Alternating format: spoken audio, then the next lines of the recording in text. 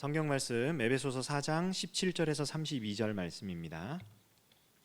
신약 성경 314면에 있는 에베소서 4장 17절부터 32절까지 말씀, 조금 길지만 우리 한 목소리로 17절부터 32절까지 한 목소리로 쭉 읽어보도록 하겠습니다. 17절부터 함께 읽습니다. 시작. 그러므로 내가 이것을 말하며 주 안에서 증언하노니 이제부터 너희는 이방인이 그 마음에 허망한 것으로 행함같이 행하지 말라. 그들의 총명이 어두워지고 그들 가운데 있는 무지함과 그들의 마음이 굳어짐으로 말미암아 하나님의 생명에서 떠나 있도다. 그들이 감각 없는 자가 되어 자신을 방탕에 방임하여 모든 더러운 것을 욕심으로 행하되 오직 너희는 그리스도를 그같이 배우지 아니하였느니라.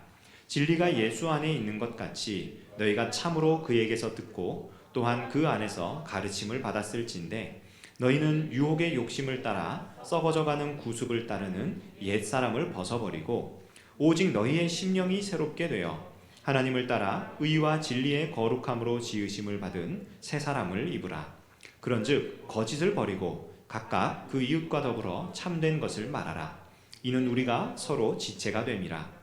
분을 내어도 죄를 짓지 말며 해가 지도록 분을 품지 말고 마귀에게 틈을 주지 말라. 도둑질하는 자는 다시 도둑질하지 말고 돌이켜 가난한 자에게 구제할 수 있도록 자기 손으로 수고하여 선한 일을 하라.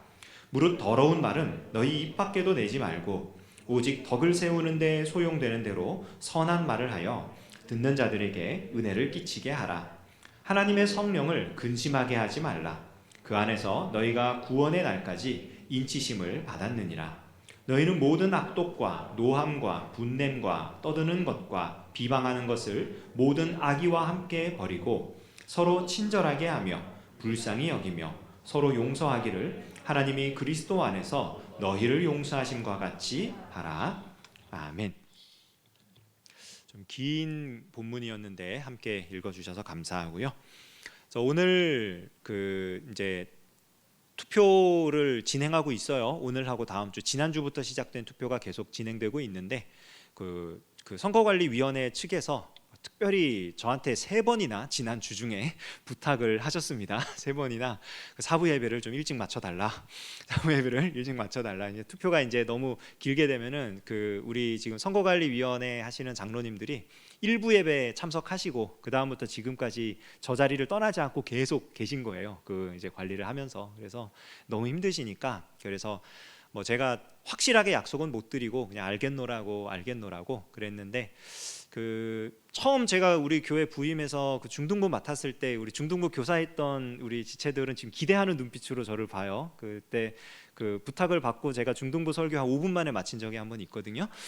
그걸 막 기억하면서 굉장히 지금 기대의 눈빛으로 쳐다보고 있는데 우린 청년부잖아요. 그래서 한 10분 안에 마치려고 생각을 합니다. 중등부보단 길어야죠. 그래서 주목을 딱 하시고 가능하면 유튜브 광고 2개째 뜨기 전에 끝내려고 하고 있습니다. 자, 교회가 뭐냐? 에베소서에서 계속 그 얘기를 하는 거예요. 하는데 교회가 뭐냐면 하나님의 비밀, 그리스도의 복음을 전하는 그 통로가 되는 자들, 그렇게 부름을 받은 자들이고 그들이 그 부름받은 그 부르심에 합당한 모양으로 살아가는 건 뭐냐면 이 관계 속에서, 타인들과의 관계 속에서 겸손하고 온유한 모습, 사랑하고 참아주는 모습, 용서하고 평안을 이루는 모습, 그런 모습으로 나타난다고 했습니다. 그리고 그런 모습을 이루기 위하여 우리 그리스도인 각각 한 사람 한 사람이 해야 될 게 뭐냐면 예수님을 알아가고 닮아가는, 좀 멋진 표현으로 그리스도의 장성한 분량이 충만한 데까지 각각 자라가서 우리가 서로 자라는 그 모습이 이렇게 멋진 교회의 모습을 이루어가는 그런 게 교회라고 지금 이제 에베소서 쭉 보면서 나왔던 얘기들을 종합하면 그런 얘기예요. 근데 이제 본격적으로 그러면 구체적으로 그럼 그게 어떻게 하는 거냐? 예수님을 알아가고 닮아가고 자라가고 뭐 하나가 되고 그리스도의 복음이 우리 교회 공동체를 통해서 드러나고 어떻게 해야 하느냐? 그게 이제 우리의 가장 큰 질문이잖아요. 딱 2가지를 생각하면 됩니다. 옛사람을 벗어버리고 새 사람을 입는 것. 옛사람을 벗어버린다라고 하는 건 뭐냐면 옷을 그냥 딱 벗는 그런 느낌인 건데, 그냥 벗는 게 아니고 벗어서 한쪽에 던져 놓는 거예요. 그러니까 다시는 입지 않을 것처럼 이 옷을 말 그대로 벗어버리는 거. 근데 벗어버리는 게 과연 뭐냐? 그 벗어버린다는 거는 이제 에베소서 앞부분에서 우리가 2장에서 너희도 전에는 허물과 죄로 죽었었다 이러면서 이제 이방인의 삶에 대해서 얘기를 했잖아요. 그 모습을 버리라는 거예요. 여기서는 이제 우리가 읽었던 본문에서는 뭐 무지함, 허망한 마음 이런 것들로 표현이 되어 있죠. 그러니까 그 모습을 벗어버려야 되는 건데, 버려야 되는 건데, 이 모습을 버리기 위해서는 새 사람이 돼야 돼요. 근데 새 사람이 되는 거는 오직 너희의 심령이 새롭게 되어 새 사람이 될 수 있어요. 심령이 새롭게 된다는 건, 여기 심령이라는 게 그 한글 성경의 심령 혹은 마음, 중심, 뭐 영혼 이런 식으로 번역된 헬라어 단어가 됐든 히브리어 단어가 됐든 그 단어들은 전부 다 심장 혹은 내장, 장기 이런 거를 뜻하는 거거든요. 몸속에 그 장기의 가장 깊숙한 부분에 있는. 그래서 사실은 영혼이라든지 뭐 중심이라든지 뭐 이렇게 내면이라든지 이런 번역보다 더 그 좋은 번역이 뭐냐면은 온 자아, 전 자아, 실제 그 내 자신 이렇게 번역하는 게 사실은 더 좋아요. 더 정확하게 그 의미를 이제 생각해 볼 수가 있는 거예요. 그러니까 우리 심령이 새롭게 되었다. 우리의 전 존재가 새롭게 되었다. 질문합니다. 자, 우리의 전 존재가 새롭게 되는 거 우리 힘으로 가능합니까? 불가능합니까? 우리는 이미 답을 알고 있어요. 어릴 때부터 신앙생활을 쭉 해왔잖아요. 불가능해요. 우리 힘으로 전혀 새로운 모습으로 살아간다? 이전과 완전히 다른 삶을 산다? 정말 독한 의지를 가지고 뭐 할 수 있습니다. 그러나 얼마 가지 않죠. 작심삼일이란 말이 괜히 나온 게 아니에요. 옛사람을 벗어버리고 새 사람을 입을 정도의 변화는 쉽게 오지 않습니다. 심령이 새롭게 되는 건 우리가 그렇게 해내는 게 아니라 하나님께서 우리를 그렇게 바꾸어 주시는 거예요. 우리의 존재, 전 존재와 자아를 새롭게 바꿔 주시는 거예요. 그거는 오직 그리스도의 은혜로만 가능한 것이죠. 그런데 그렇게 새롭게 되는 그 역사, 그러면 하나님이 새롭게 해주시는 거니까 우리는 두 손 두 발 다 놓고 새롭게 해주시는 대로 그냥 흘러가는 대로 살면 되는 거냐? 그게 아니라고 말하는 거예요. 옛사람을 벗고 새 사람을 입어라. 혹시 여기 계신 분들 중에 중독에 빠진 분들이 계실지 모르겠는데 뭐 안 계실 거예요.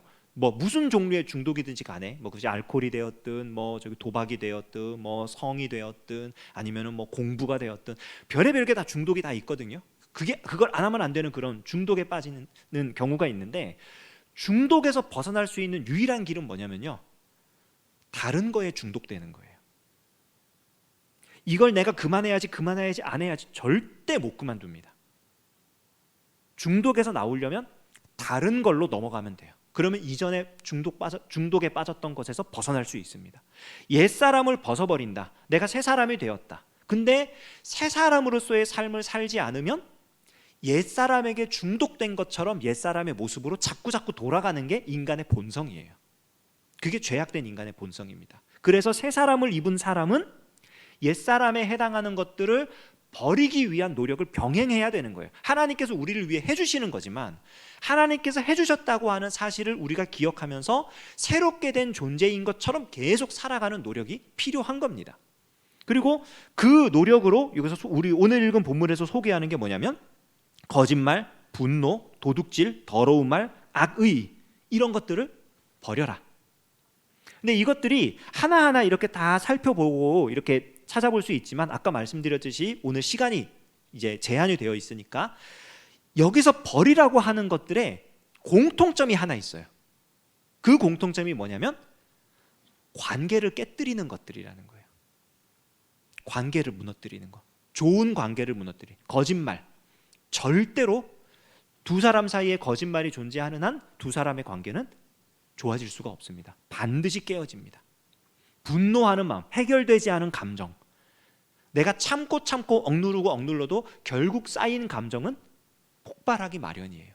결국 안 좋은 결론이 납니다. 더러운 말, 처음에는 그것을 농담으로 듣고 처음에는 그것을 장난으로 들을 수 있지만 듣고 또 들으면 화가 나게 돼 있어요. 마음이 더러워지게 돼 있어요. 더러운 말을 계속 들으면.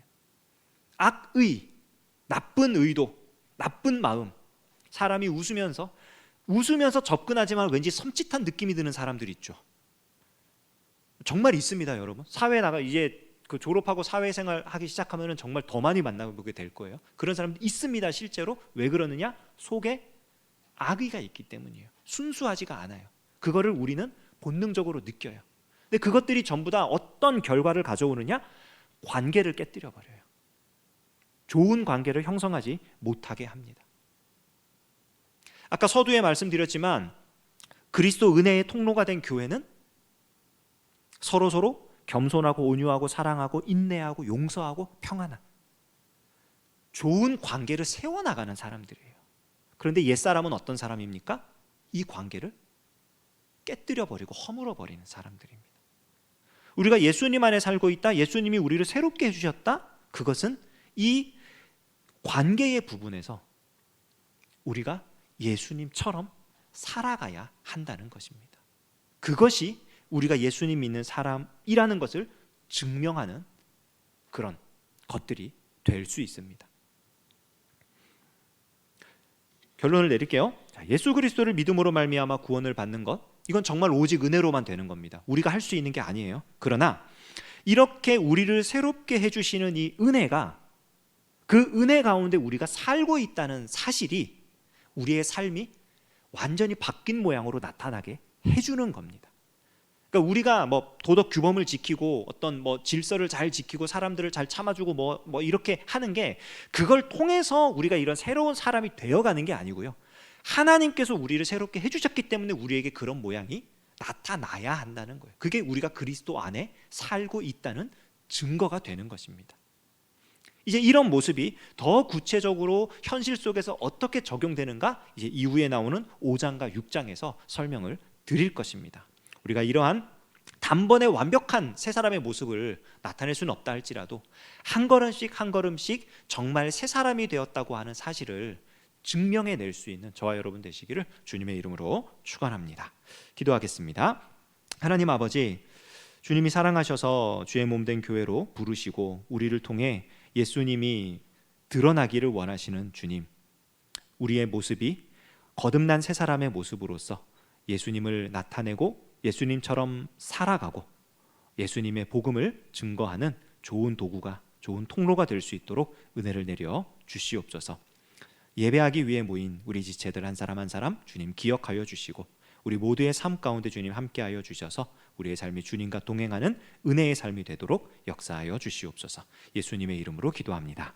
아멘. 우리 주님 예수 그리스도의 은혜와 하나님 아버지의 사랑하심과 성령의 교통 역사하심이 하나님께서 사랑하시는 주의 백성들 가운데에 영원히 함께 하시기를 간절히 축원하옵나이다. 아멘.